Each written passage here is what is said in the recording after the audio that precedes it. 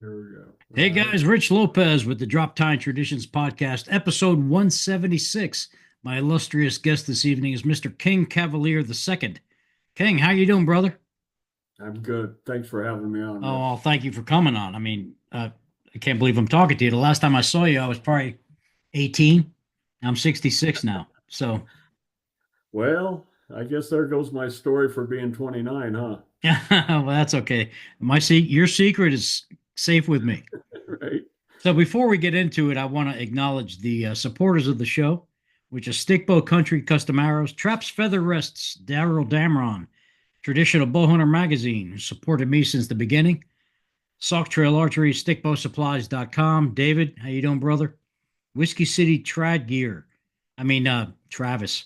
Whiskey City Trav. Yeah. Whiskey City Trad Gear. Speaking too fast there. Brad. WCTrad.com. David Snide. Jessie Savage Blacksmith has no introduction needed.com, traditionaljunk.com. Kevin over there, Kevin Bishop, if you need an old bow that's quality, reach out to him. St. Joe River Bow Company, theethicalpredator.com, Sauk Trail Archery, and stickbowhuntsmx.com.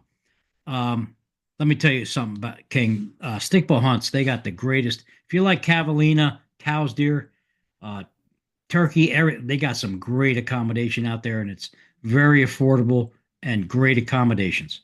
Where is it? It's in Mexico, Durango, Mexico. Oh, in Durango. Yep. Nice. People, great food.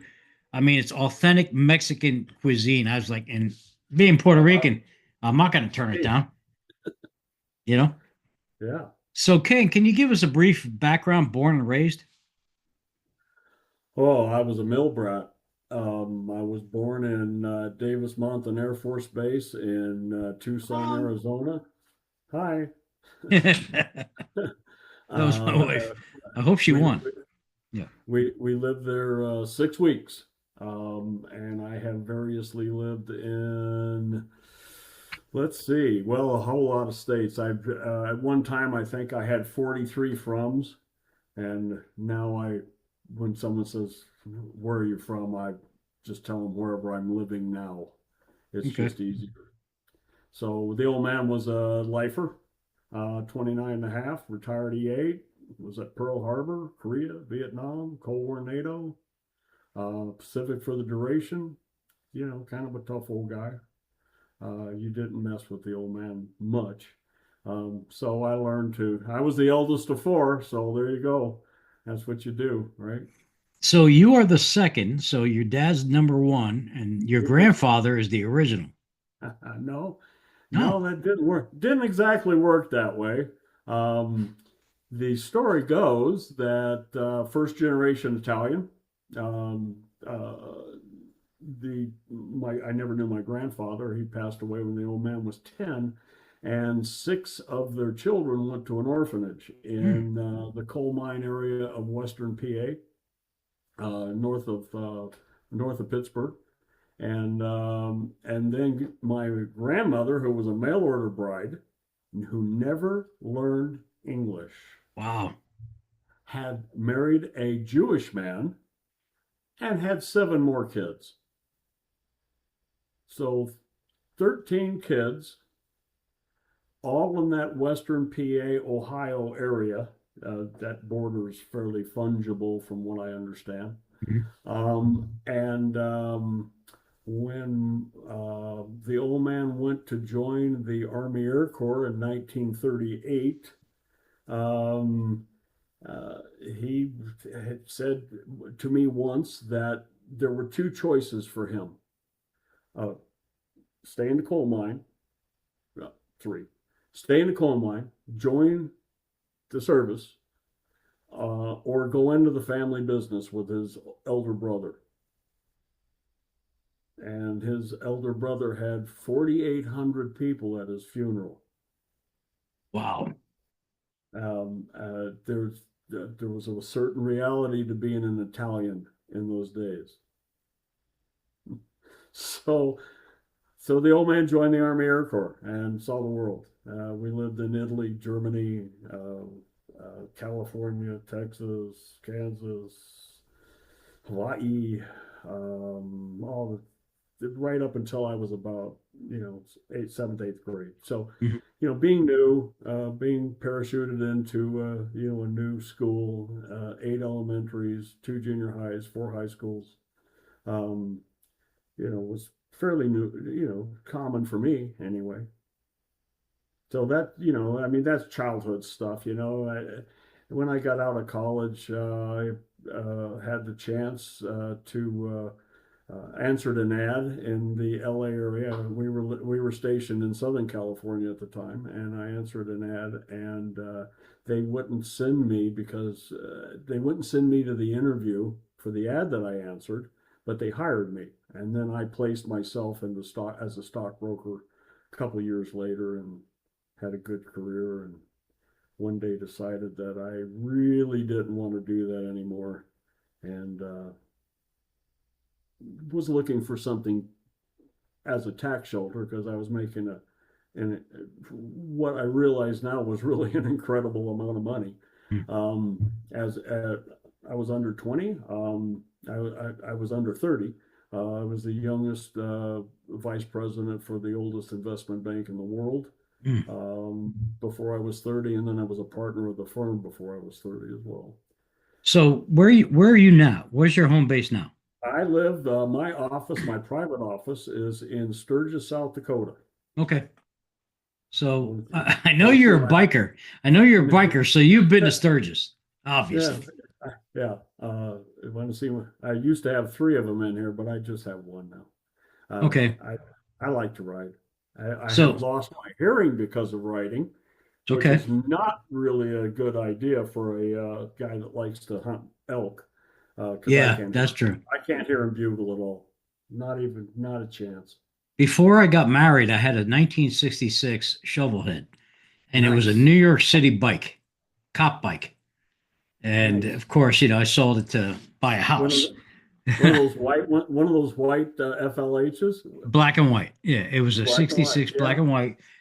It was nice. And it was just it was beat up. It was, I got it. It had cobwebs the whole 9 yards, and I got it functional, and that's all. I kept it original. I did not have any customization done to it, and just took it, tooled around until the time came where, well, got to settle down. Well, this is my second wife, and she's like, well, we need to buy a house. I'm like, well, okay, what are you saying? And so she goes, oh no, you sacrificed yeah, the money. yeah. I said, Oh well, all right, no. well, Well, it was a down I payment. conceded. I conceded, and that's okay because it's 40 years later. Here we are. So Yeah, right. I did well. You haven't, and you haven't lost your hearing. No, no, oh, no, I have because I did play heavy metal music for a long Ah, time. As I see the guitars in the background there, yeah, there. Yeah. I still play heavy metal music to her discomfort. But at any You, rate, you got to so amp that up or it's not meaningful. yeah, my amplifier set at 11, as they said in what was that movie? You got a Spinal Fender, right? Tap. Spinal Yeah, Tap. there you Yep. go. There you go. So, how did you get introduced to hunting? Was it your dad? No, my father had absolutely no interest in hunting at all. The man who was grandfather to me in Texas loved to hunt squirrels and hunt catfish, and Okay.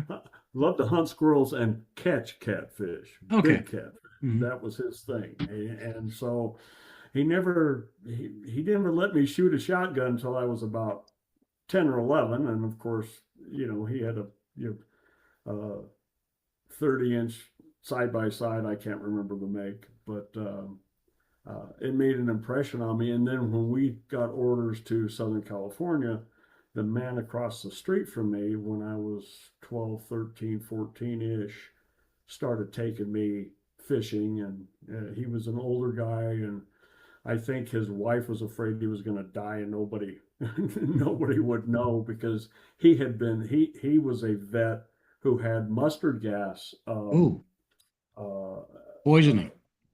and his lungs were horrible. I mean, he would sit and just pump his atomizer for minutes, and hell, I always thought Pop was going to die. But he took me dove hunting, and he took me fishing, and he took me rabbit hunting, and I learned to I learned to get around the. He'd get mad at me if I use more than 3 over for a limit of doves. He dressed me down a little bit for that. He was a hell of a shot.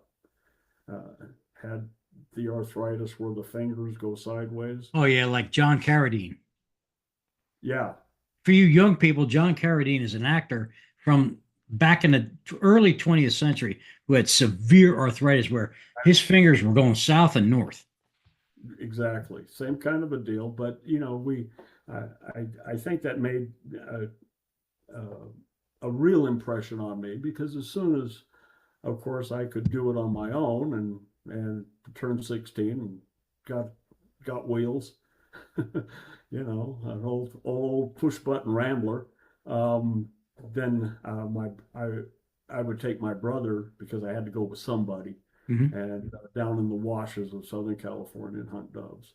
So that was my introduction to hunting, and like a lot of kids, I waited with bated breath for this month's Field and Stream and this Sure. month's Outdoor Life, and I had a subscription when we were overseas, and it obviously took a lot longer to get it, but um, so it was always a dream of mine to North American hunting was always it for me. I had never had any interest in Africa. I've never been. I'm sure it would be great, but I've never been. Do you remember Sports Afield magazine? Of course.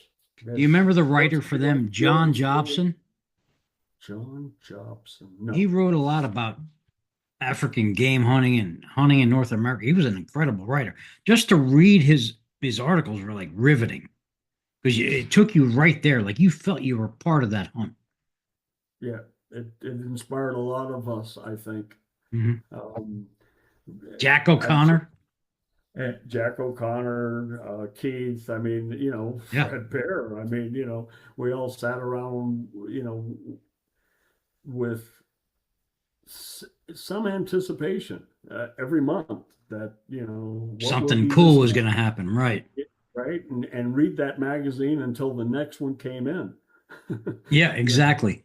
Yeah, right. I post stuff every week on Facebook, just reels and stuff with a little historic knowledge in there. And it's incredible how the reels have taken off and people are appreciating it. Um, Yeah, good for you. but it's wow. I mean, I'm glad that people appreciate this stuff because I have so much to offer and I have to share it somehow. Ah, that's a good way to say that. It's You know, in you and it has to come out. it has to come out somewhere because I don't think my memoirs are going to be very interesting. I'm working on a book. It's called Tales from the Crapper, where it's a picture of me sitting on a toilet. So it's all my comedic hunting stories. Uh, That's a catchy title. yeah, but we'll see. We'll see. At any rate, King, um, how did you get into the hunting industry? How did that happen from that time where you were Well, young? um, I was I had made a pretty decent amount of money back in the late '70s, early '80s, and between the feds and the state of California, I gave them 60%, Oh God. was about $360,000, Hmm. and decided that that was stupid and I was never going to do it again. So I wanted a tax shelter, and I had been duck hunting a lot. We had a lease out in Sacramento Valley with some broker friends of mine. We were having a big high time of it, and a friend of mine had moved to Oregon, and I said, "Hey, I want to come up and bow hunt. I got this brand new bow, PSE, and I hadn't even put any sights on it yet." And so Ted said, "Sure, come on up." And I went up and I froze my ass off. Mhm. It was raining. I had cotton camo on, right? Jim Crumley's tree bark Yeah. at the time, right? And it was all cotton. And I got very disoriented. Thank God I had some good map skills because me and four friends walked the Pacific Crest Trail when I got out of college. So we learned orienteering with the topo map about as good as it can be done, because a lot of the trail was not marked the way it is now, of course. It was newly dedicated, and we were in 68 days at a time once, with Pack Services meeting us on the trail. Mhm. And so thank God I did, because I was about a mile and a half away from my truck and hypothermic. Wow. And I managed to make it back and get the truck started. And I said to a guy, we had a wool shirt, a wool pair of pants, Woolrich, and Army surplus, and got rained on and got snowed on and got sopping wet And you got stayed had to warm. cross raging creeks and had to do all this stuff. And I don't ever remember on over 4 months ever being anywhere near that sort of a panic. Mhm. That realizing that you have a problem now, Mhm. and I said, why doesn't anybody make wool camouflage? And he says, I don't know. Why don't you? So I thought, well, if I could get a pair of wool camouflage pants out of this deal, it might be worth it. And I'll just take the tax deduction if it doesn't. So that was 1980, 81, incorporated December of 81. And there's only one problem with that. At that time, you could not print a pattern on a woolen fabric. You could print it on cotton, but you couldn't print it on wool. You could And print it on merino knit, but you couldn't print it on woolens. so you had to use And different spools of wool yarn to get it to work. Am I wrong? correct. Okay. There's only one technology that does that. There are many technologies that allow a pattern, but there's only one that allows it to be woven, and it's called a jacquard loom. And in jacquard, there's a little piece of trivia for you. The first computer ever invented was invented by a guy named Claude Jacquard Mm-hmm. in 1800. Wow. It's the first time a machine off of another machine told the other machine what to do. And it was set up like player piano cards, which were pretty new at that time. And it tells the Heddle and the lingo when to rise and fall, 0 and 1. It can't get much more binary than that. And the shuttle then runs between and underneath however many mathematically numbered, in the same binary progression that we use still to make a color hide the other colors and alternately rise to the top. Okay. And that's what puts the pattern in the weave in our fabric. Very complex. It is extremely complex, and it's extremely more complex because it was all mechanical. And so I had the only way to do this, there was only one other mill that was running that kind of a loom, and they refused to even make us a sample. They thought we were going to compete with them because they made blankets. And so I thought, well, what the hell? How can we do this? And called a mill in Maine that had abandoned jacquard and an abandoned loom, and we put that on a rail car and shipped it to Staten, Oregon, and set it up in a abandoned historical woolen mill in Staten, Oregon. And in 15 months, we finally got 10 yards of fabric that kind of looked camouflage. You could see it. And about 7 yards. then 15. And then we've discovered that full out, as hard as we could go, we could get 8 yards a week. It's just an extremely slow process, and nobody Sure. told me that. It's extremely complicated. It's extremely slow. Things break in the middle, the yarn pulls, and pick a way for that to go wrong across 110 inches of fabric. Wow. Because if you want to be able to machine wash it, you've got to weave it wide and then full it down to a narrower width where it stops shrinking. And so there were a lot of bumps in there. It took us actually almost 3 years to have a production ready fabric. Mhm. And by that time, I had spent all my money and had to get creative. And, like they say, if you want to be an entrepreneur, you better make sure you like peanut butter. Yeah. I'm friends Yeah. with Paul Reed Smith, the guitar guy, and he told me for 2 years he ate hot dogs I until he believe it. finally got off the ground. Yeah, I believe it. He makes a hell of a guitar, and I'd Oh, love he to have does. his It's power. in, well, I'd now. love to have now. You know what we got to have now? Just because we got to buy a Paul Reed Smith Fender. Um, uh, John Mayer, what's he call it? His Oh, uh, his Sky guitar. You got to have one. I know. It looks like a, well, John Mayer for the longest time played Strats. And then he got into Paul Reed Smith, and it's kind of looks like a Strat, but it's a Paul Reed Smith. It It's doesn't kind of look like a Strat. It is a is a Strat. Strat, but it's Paul Reed No, Smith that's why Strat. Yeah. that's why they just sent him a cease and desist letter, Yeah. uh, which will likely go nowhere. But anyway, that's why we got to buy one.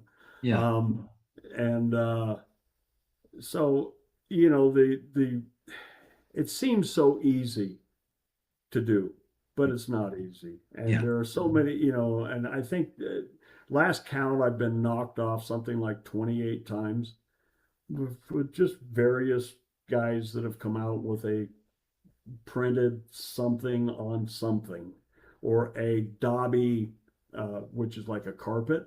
It's the kind of loom that makes a carpet. It And pulls it weighs a ton.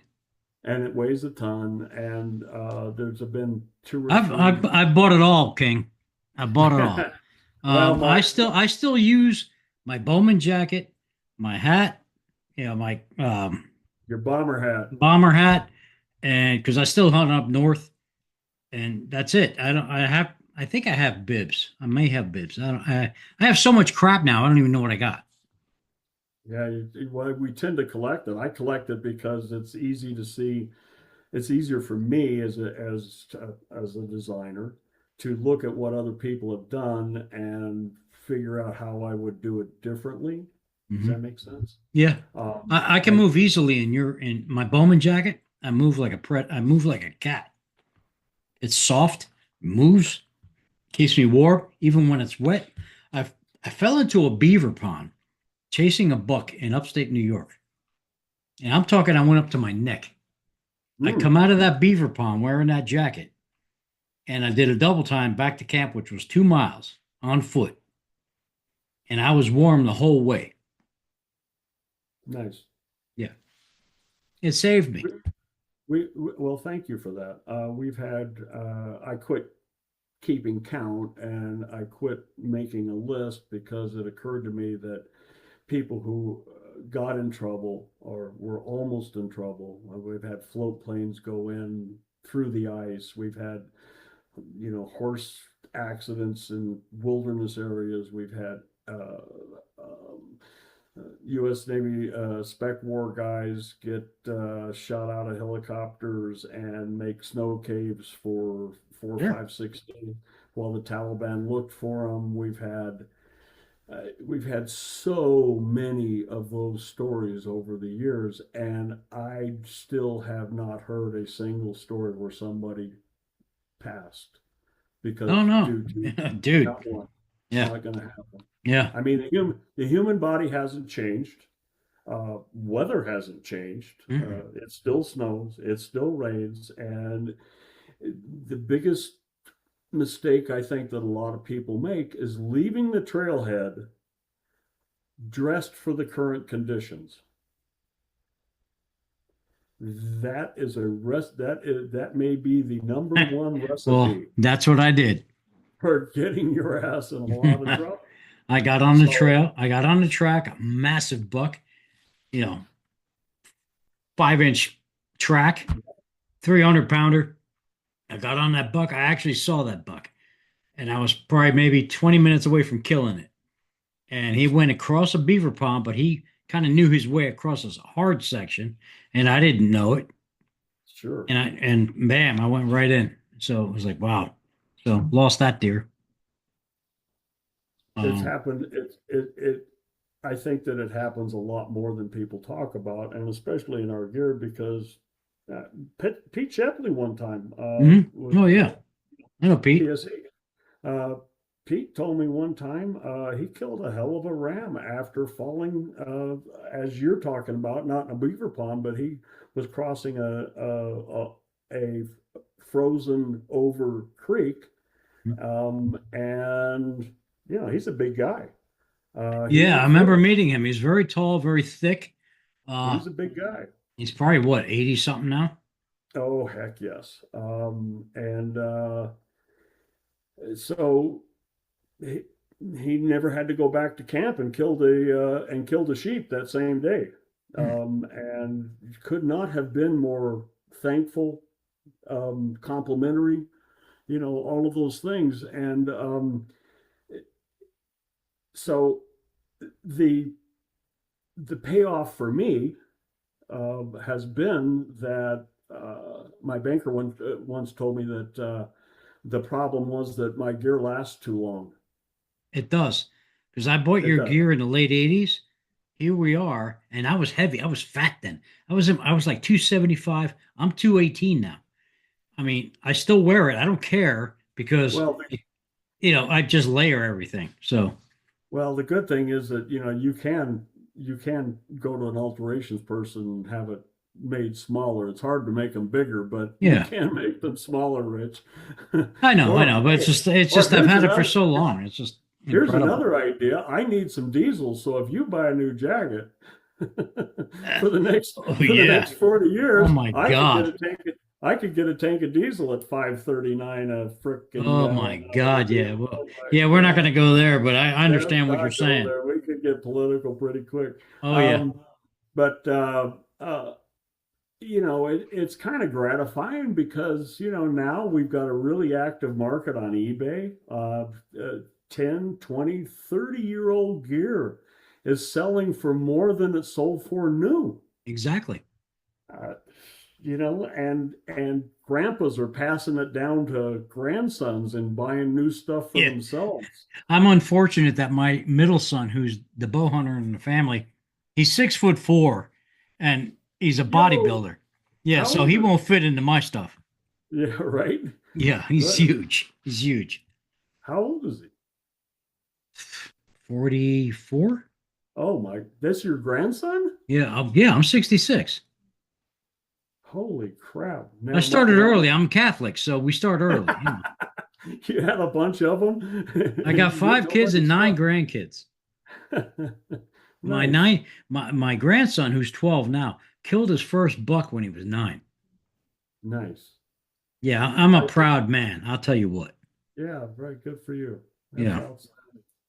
My eldest shoots with me now. We've gotten real deep into three gun, USPSA three gun. We enjoy ourselves at major matches all over the country. He's 42, Mhm. you know, so we've been enjoying the heck out of that. And I still go to one of my joys recently has been attending a couple of the Professional Bowhunter Society end of year or uh, odd or The even year gatherings, gathering. right. Yeah, and I've Now, had I did not had see. Did you go to the recent one that was up in Indianapolis? no, no, Okay, I I did was not. there. I've been a member since 1978. Oh, Hope to physically meet you someday. good idea. Maybe, maybe I was in a rollover accident this last September, but Oh shit. yeah, it was not. I highly do not do that. Kid on his tablet out at a construction site at the big range we just built. Anyway, I was going to ship my bike to Key West and ride it to Anchorage. Okay. So if I actually do it next year, I'll have to buzz over and see you. Where are you So in Florida?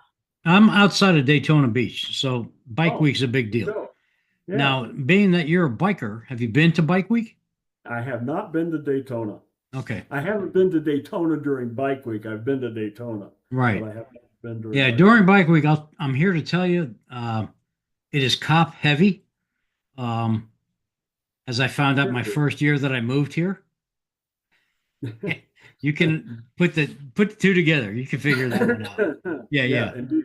yeah. Yeah. So it was not friendly, but it was cool. I had a good time. I didn't get past the first day.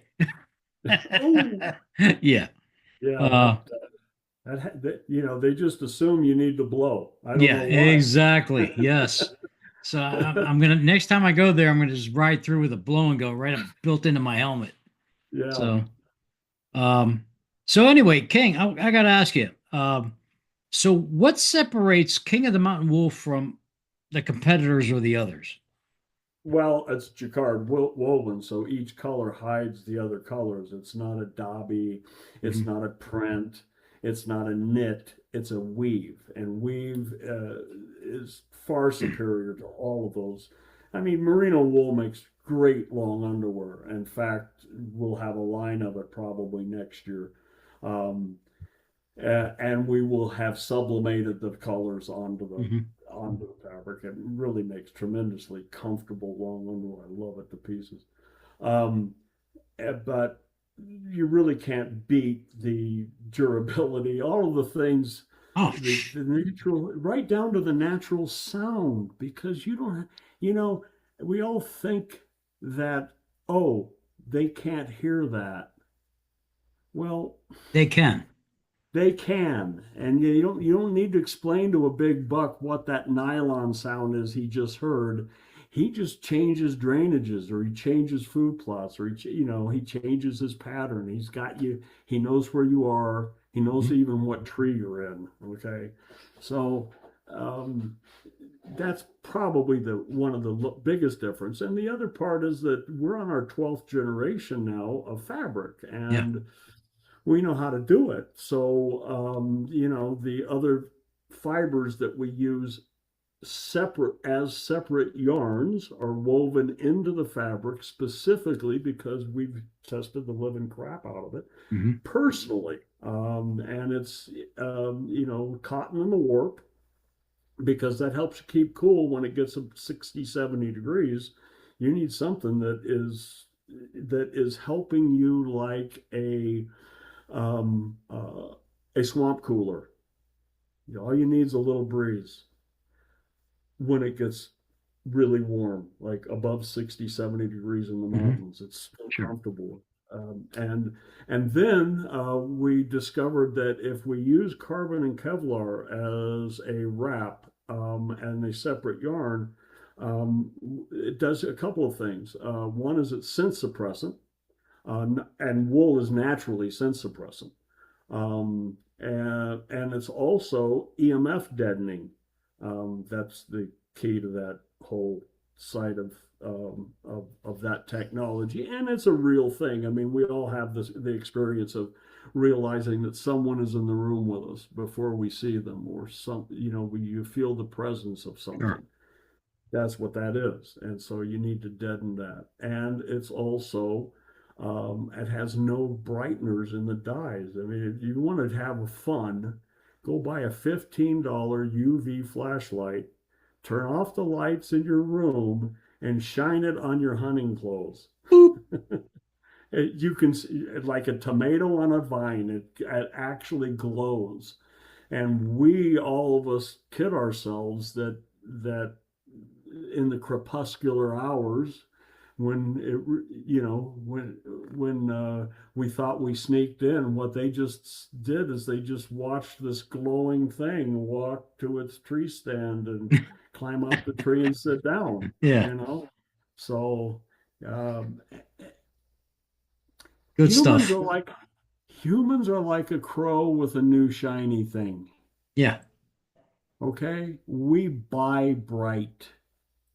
We like bright fishing lures. We like makeup on women. We like bright, Mhm. we relate to it. We move to it. The flag is a great example. We love those bright, shiny things. Yeah. And so when you walk into a showroom full of camouflage, the current trend is to buy the brightest thing in the room. And that's exactly the opposite. If you think about it, buying your concealment because it stands out in your selfies maybe not the smartest thing you've ever done, because concealment by definition Is has to everything. be the least conspicuous thing, Hmm. right? Hmm. Hmm. So the other part of that is that our pattern, we really have researched it a lot. And we've done that in conjunction with U.S. Naval Special Warfare. We've also done it with U.S. Army Survivability Directorate, and there is some real science to identification and recognition, and especially in natural environments. And those environments are, if you think about it, humans actually have a better ability to see than most ungulates because they use one eye, we use two, we're predators. And so when we look at things, we typically can see them much more clearly. And so, what is it about our vision that causes us to miss what we just saw? How hard is it, as an example, to find your cell phone because you've set it down in a place that is familiar to you until you walked away, and then it blends into all the other shapes, and so your eye goes right past it until you finally go, oh shit, yeah, there it is. Yeah. And so we're very similar, and ungulates in particular, all the deer, are very similar in that we are horizontally stigmatized. So if you keep the eye moving, it won't stop. Hmm. And when it doesn't stop, then it's harder to recognize and identify, which is contraindicative of costumes. Costuming, dressing up like a tree, a branch, all of those various different, think of yourself as a ficus tree in the corner of a Sure. party, right? And people may not see you for a moment, which is long enough to get a shot. Of course, that's what we're playing for. We're playing for as long as we can, not be identified and have the advantage in order to make that shot at. And now what the trend is now is that we are using higher and higher levels of technology in order to perform longer and longer shots. Hmm. That's what compound bows are built around. I mean, at some point, instinctive shooting doesn't work anymore, Sure. unless you're Howard Hill, perhaps. But we use sights and we use scopes and we use, people are bragging about their 700-yard shot. And I'll tell you what, at 700 yards, it doesn't matter what you wear. No, nobody knew, nothing knew that you were there.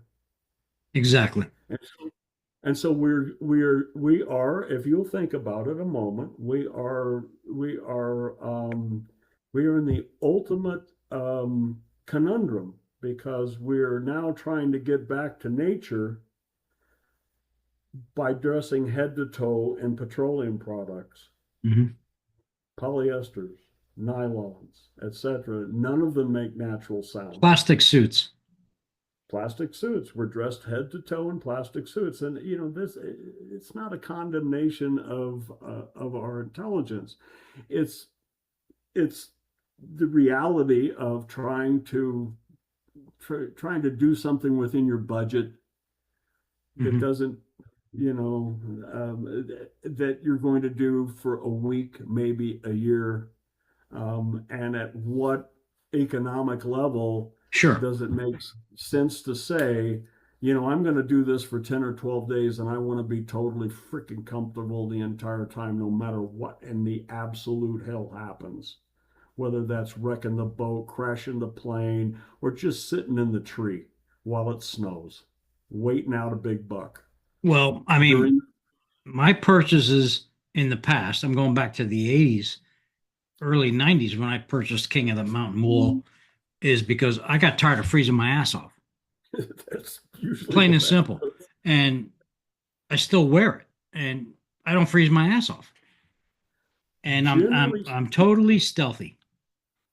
And generally speaking, that's how we have managed to last 45 years is the word of mouth that happens when your buddy says, I ain't paying no goddamn $700 for a freaking shirt. Yeah, well, And the next time they're out, his lips are blue and you're just laughing at him. go ahead and buy five pieces of Sitka gear, whatever, which I've done. And so, there you go. So I've invested in a lot of things and I still go back to the old guard, if you will. Well, that's my current salvation because I get at least three a week telling exactly that story. I bought I used to have some, I got fat, so I went out and bought a whole bunch of this, Sitka, QU, whatever, and then I froze my ass off, and I've done that for 3 or 4 or 5 years now. Screw that. I'm getting some new stuff, and my son is going to get my shirt and my pants. That's Yeah, that's exactly generally right. speaking. That's Right. I have that conversation at least 5 times a week. When we moved from Maryland to Florida, I had a yard sale, and it was nothing but a hunting yard sale. I had Got it. so much stuff out there. I made $5,000 in probably 4 hours. Nice. Just polyester stuff, just garbage. Yep. All right. Well, okay, knock yourself out. I don't need it anymore. So I'm going to Florida where I'm going to hunt in shorts and a tank top. I'm gonna hunt in shorts. And I do. But, Okay, you ready? You ready? oh, there you go. Tiger stripe, man. Love it. Love it. Shorts. Yeah. Thank you. Tiger stripe shooting shorts. God bless you. God bless you. Yeah, I'm ready to So, go to Florida now. I'm gonna hunt something with a martini. well, if you're ever in Florida, please call me. I will. So, any comments or observations on today's performance camo? And I say performance with quotations. Well, I remember talking to Gary, gosh darn it, what was his name at day one? He doesn't have anymore. Gary. Anyway, we were shooting the breeze, and he said, you're gonna have to adopt the new technology. And I said, why am I gonna have to do that, Gary? He said, because you don't get it that this is the tactical performance stuff. And I said, you know what, Gary, here's the thing. It works as long as you can be resupplied. Because when you can't be resupplied and you can't dry it out and you can't stop the moisture and the moisture starts to turn to condensation and the condensation starts to chill and then it freezes, that's when You're done. you're done because the human body has never changed. And the reason zipping you up in a plastic bag doesn't work Right. is because here's news: you sweat, genius. So, what happens when your vapor comes off your body at 100, It's over sealed. 100 degrees? It either charges the wool fabric with 100 degrees or it condenses on the inside of the plastic, and then when you start to chill, it comes back. You move it out, Your heat moves it out, and as soon as you start to cool, it comes back. Hmm. And that's fine as long as you can be resupplied, as long as you can be heated up, as long as you can find shelter, as long as all of that happens, that works. All right. That's So awesome. um, if you want something that works all the time, no matter what, no excuses, no bullshit, try what's growing out of your head, because you evolved that way for a reason. And so have all the other animals on the planet. I was joking around, but I sort of meant it at the same time, is that most people would be better off camo wise if they went and got their wife's leopard print As long as you're yoga right. pant. Right. Okay. It would probably be better concealment. And Mhm. and if you're skiing and you're wearing ski clothes, well, you're going to ski down to the lodge and grab a bourbon, warm up, and go back out. Yeah. Easy. That's not so easy to do when you're Freezing. 14, Yeah. 14 hours from the nearest road and it's been raining and snowing on you all day. Yeah. You know, Absolutely. So I want to so, switch gears. okay. When did you acquire Bighorn Bow Company? I bought Bighorn from Fred in 1991, June Yep. 1991. Yeah, because I remember he was back in when he got it. It was him and Denny Ben, and then he bought Did out they? Denny, and then he Yep. sold it in '91. Yeah, he sold to me in 91, and we totally changed the company. Bighorns are collectible, as you know. Yeah, I have Um, several. yeah, yeah, I used to have 66 of them or something like that. I'm down to one, two, three, four. I'm down to some really nice customs that I've kept. And it was a labor of love, I guess. I never made a dive. My accountant used to joke that I would have been better off if I had canceled every order and sent everybody $100 for their trouble. Mm. Um, it never made any money. It was almost impossible. And we built some really It was a great bad stuff. time for traditional archery, actually. Yeah, and it probably, I mean, honestly, it's hard to make wages doing it. Hmm. Glenn Nelson and Ron Nelson were tremendous bowyers. Rich Birch was a tremendous bowyer. And I'd had about enough of it after about 10 years. And Bud Boker bought it from me, and then he died owing me Yeah, I read that online. He passed away. a whole lot of zeros. And you can't like be mad at a guy for dying. you Yeah, know, right. Yeah, it's life. there's no there's no percentage in that either. And he really was passionate about it. He had bought, I don't know, 8 or 9 bows from us before he bought the company, and he had retired, and it was going to be his retirement. And 2 years later, he was gone. So that was a tough thing. And then the bank sold off the equipment and never told me. Mm. They never told me they were having an auction.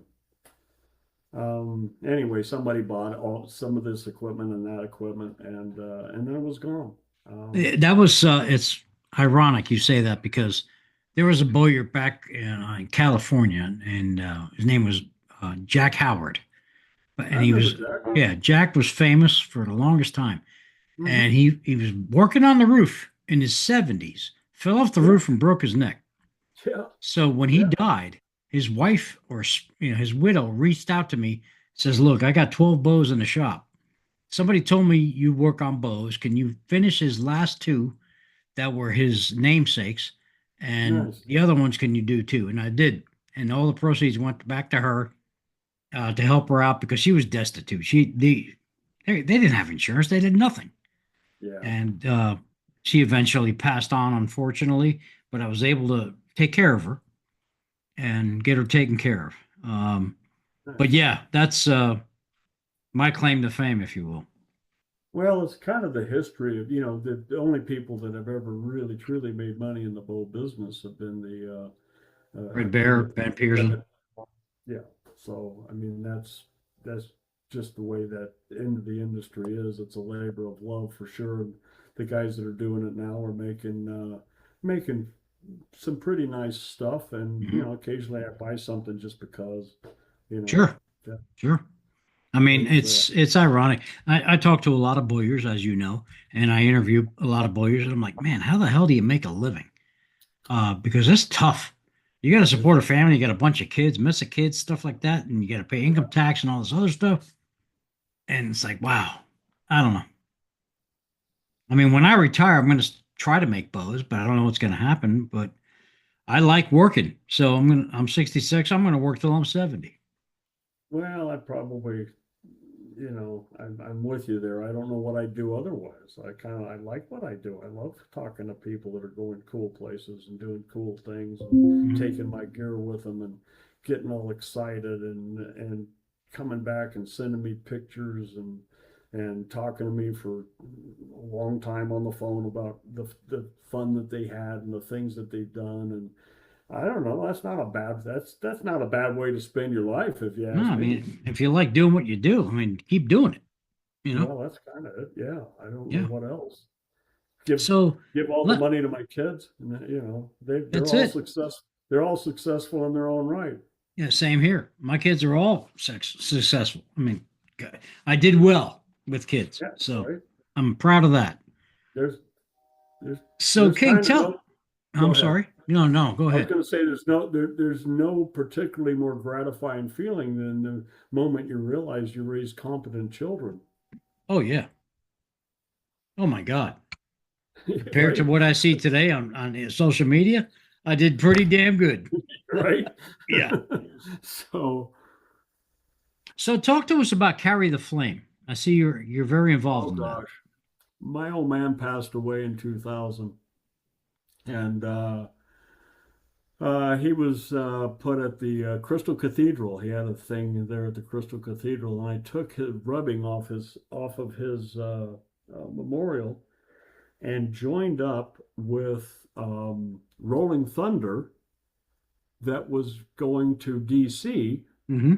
from California. I'm familiar with it. Okay, for the Memorial Weekend, and my thing was to take his rubbing to the Vietnam Memorial, which was his last conflict, and do a ceremony there Right. for us both. For us both, it's, you sort of have. There's some books out there, and there's been some movies and stuff, and you sort of have to take a deep breath to understand what being a military kid is all about. So anyway, I got that done, and uh, and while I was there, I ran into the Roiling Thunder guys, and they said, "Hey, you want to run the Gold Star Blue Star moms part of this thing? We're trying to find rides for the ones that are here," and there were 20, 30 of them that were there from national headquarters. They want to ride in the protest ride around the Capitol Mall on Memorial Day. And then we also had the candlelight vigil on Friday night. Mhm. And that became then, to me, an outreach in 2003 to do something for military kids specifically, because nobody ever hears about military kids. Right. Um, and so the that year we did that, and we had an outreach to the moms, and the moms really appreciated it. The Blue Star families and the Gold Star families really appreciated it, and so I got a torch from the Special Olympics and started in California, and we made a stop every day all the way across the country. And as more and more and more bikes and riders and whatever, and we started to get details that were pretty big, and we'd meet these Gold Star and Blue Star families all the way across the country and pass the Sweet. torch around, take the torch to the candlelight vigil for Rolling Thunder in DC. And that kind of ended right about 2019. I did it for almost 15 years, and we called that Carry the Flame. And so we rode across the country, as many as 500 motorcycles split into details of 25 or 30 bikes, all the way across the United States on I Wow. 40 and 81. And there's some stories that happen with a bunch of vets on motorcycles that is unique. We used to do pools at every gas stop, me and the colonel, who was my executive director, for who would blow up when and what would cause it. Maybe a credit card not swiping in a machine, maybe Right. the gas nozzle flying out, maybe Vinny, went off on Chad, who knows what, but something happened at every gas stop. Right. So, and it would take us, for me, that was basically a 7th or 8th of May till the 7th or 8th of June, which Okay. it happens to be a very slow time in the wool business. Hmm. People are, buying barbecues and bass boats and, whatever. But so it worked out pretty good. And we raised a decent amount of money and supported and sponsored a lot of kids at various counseling events and stuff like that. So, That's awesome. yeah. So Yeah. you've got many hobbies. I see you're into firearms. What's up with that? Because I know you do competitive shooting. Well, a friend gosh, I started shooting competitive shotguns way back in the 90s and shot sporting clays and won a national championship shooting sporting clays. And the next year, a hay bale came off the top of my stack and hit me in the back of the head and broke my neck. Oh, geez. That was not good. And the recoil from a shotgun over 50, 100, 200 rounds on a weekend, you can't win national championships with a broken neck. It's just not Right. going to happen. I got really frustrated. I went temporarily blind in my left eye. I had shit going on.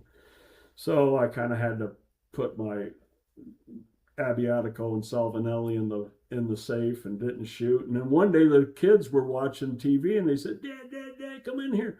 And there was cowboy action shooting on Shooting USA. And There you they go. said, Dad, look at this. You wouldn't even have to buy any clothes. So, well, we were pretty Western. And so I did. I got a pair of Colts and a coach gun and 1873 Winchester and started shooting cowboy. And then another friend of mine who was a 31st MEU Marine captain was training here in Sturgis, some troops and some people, and said, "Hey, you know what you really need to do is you really need to shoot 3-gun." And I said, "Yeah, I don't know about those modern guns, dude. I don't even own any." And he said, "Look at this YouTube video." And this guy was jumping out of a tower on a zip line and shooting targets all the way down. And I said, "I'm in." And that was That's awesome. 11, 12 years. That 11, 12 years ago. And so I started shooting 3-gun after that. I really enjoy it. And USPSA after that. I just have fun with it. And I'm not really fast. I mean, I have these delusions that maybe if I just learned to run faster, um, because we're running with guns. I mean, I don't know Right. if you've ever seen a 3-gun competition, but you're as fast as you can run I have and as not. fast as you can Right. shoot, as fast as you can go with 3 guns. And these guys in their 20s and 30s are a lot faster than my gray-haired ass is, but I have Hmm. fun doing it. I won the national championship for distinguished senior last year. Okay. Um, there were 3 of us that are in that age Did group. they give you a golden diaper? It's something like that. Actually, I won because 2 of them disqualified. So, Oh shit. yeah, so what can you do? Hey, um, and that is in 3 weeks again, and Hmm. is in Forest Lake, Minnesota. And my son and I are going to go shoot that, and we shoot all over the country together and have a good time. That's awesome. So I think you mentioned earlier that you have not been to Africa, or have you hunted abroad? I, I have never been to Africa. Okay. So, I've hunted all the provinces. I've hunted Alaska. all I've right. hunted all of the states for something. So we have a mutual friend, Felix Daza from Italy. Che cose va, Felix? Uh, Feliciano, if he's you're an amazing listening, he's an amazing te man. escuche. Huh? He's an amazing man. I He want to is. get him on the podcast. You should. He is a dear person and one of the most avid traditional bow collectors and hunters. Yeah. That's how we met. Yeah. You know, and when I was a kid, we were stationed in Italy, so he came walking up to Bighorn to pick up his new bow, and I could pick up his broken accent maybe just a little bit, you know. Yes. And I started speaking to him in what Italian I have left, Sure. and we've been fast friends ever since. I think we've bow hunted elk together over 20 years. I'm fluent in Spanish, so I think being he's from Italy, everybody has 7 languages when you live in it, in Europe. At least.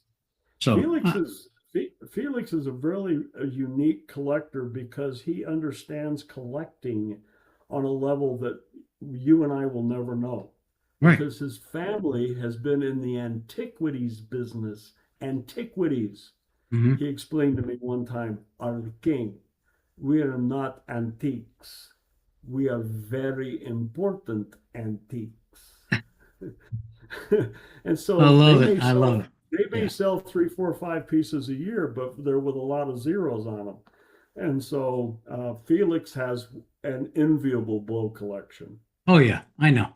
I've Almost read, almost all of them are left-handed though, because he's left-handed. and so am I. So I've Oh, refinished several for Felix, and I've shipped them back to his place in Colorado, and yeah. and that's how that works. But I remember I saw something where he bought like 15 bighorns from you. Okay. If he says that's the number, it probably is. I probably would say it's maybe closer to 20 by the time he's bought Okay. them from other people. I mean, Okay. he was just A we've been tremendous friends collector. for, Sure, sure. yeah, a tremendous collector, and we've been friends for, I love him to pieces. So King, if you were to transport yourself back in time, where would it be and why? Oh, it'd be the Old West. Okay. Yeah, 1885, yeah, wherever, sometime before sometime back, penicillin. maybe after penicillin, but sometime back when instead of complaining about AI data centers, they Yeah, were they were saying how stupid people are to be buying automobiles because there were no roads. I get it. Totally get it. So Um, yeah, sometime back there. I so would have would have loved to have been that one guy who made friends with Geronimo or oh something yeah, like absolutely. Let's hang out, smoke some weed, man. Whatever. But King, I want to thank you. I mean, we're at the end here. Uh, we've Been covered a fun, lot of bud. ground. We've covered a lot of ground, and I'm so glad to have met you again. Thanks for the invite. I really appreciate it. It's been fun for me. Good. I'm absolutely happy about that. So, folks, please subscribe, like, and share this episode and all episodes here on the Drop Time Traditions podcast. King, you have a great rest of the year. Take care. God bless. You too, brother. All Thank right, you. brother. You take care. Bye bye.